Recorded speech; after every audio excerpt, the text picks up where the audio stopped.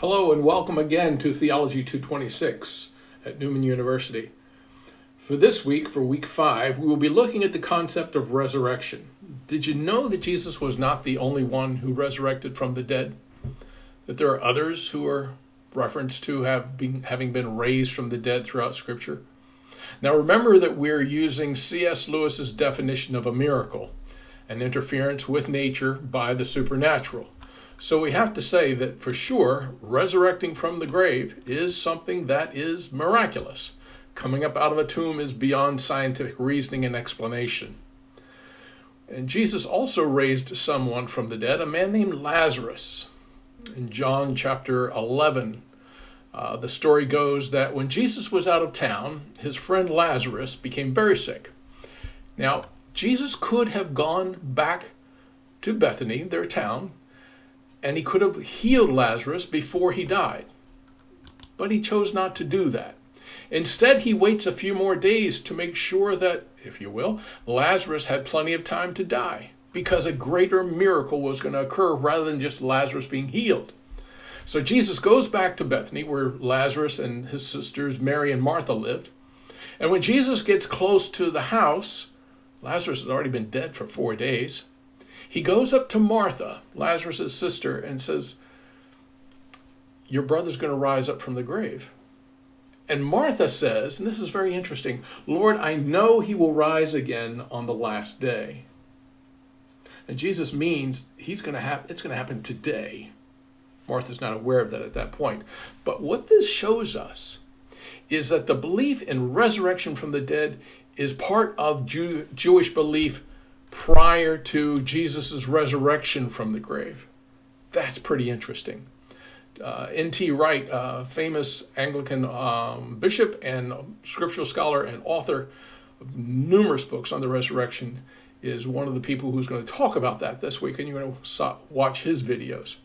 So, for nearly 400 years prior to the birth of Jesus, Judaism had already been teaching about the resurrection of the dead. As a matter of fact, during Jesus' time, a religious political party called the Pharisees and the Sadducees, another religious political party, are battling it out about who's right, whether people do rise from the dead or whether they don't.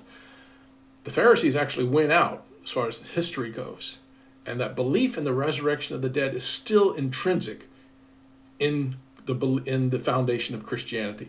As a matter of fact, St. Paul says if Jesus did not really rise from the grave, if Jesus didn't bodily rise from the grave, then all of our belief system is hogwash. I'm paraphrasing. In other words, the entire basis for Christianity is Jesus' bodily resurrection. Now you're going to encounter pastors, you may already have, people who are preaching, who are talking about certain things, and they're going to say that the resurrection of Jesus was spiritual. It has to be more than that. Just that Jesus was a nice guy or that he had a spiritual resurrection. The church fathers, the early church fathers, and St. Paul himself would have said, no, it's not enough. It has to be a bodily resurrection. Otherwise, this is all pointless, this whole belief system. So this week you'll be watching 2 lectures by renowned scripture scholar and author N.T. Wright, and he gives us a very detailed look and definition about what resurrection is and what it means. And his presentation is understood it talks about Jesus' resurrection from the dead in a bodily form.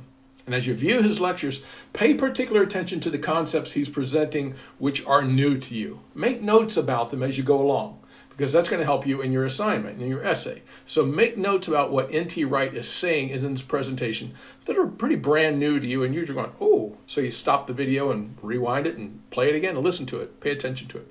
Remember, many will argue that all of Christianity, all Christian beliefs, the entire Christian belief system, all of our faith, is built upon the belief in the bodily resurrection of Jesus, not a spiritual resurrection.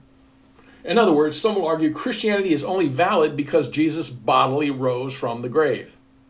This miracle is critical to the foundation of Christianity. It also sets the stage for every miracle to follow. So remember that if Jesus was able to rise up out of the grave, and if he was able to bring Lazarus out of the grave, then certainly he can heal someone from a horrible disease such as cancer. So our prayers go to Jesus because we know that he has the power to do things like rise up out of the grave and, of course, heal people from cancer.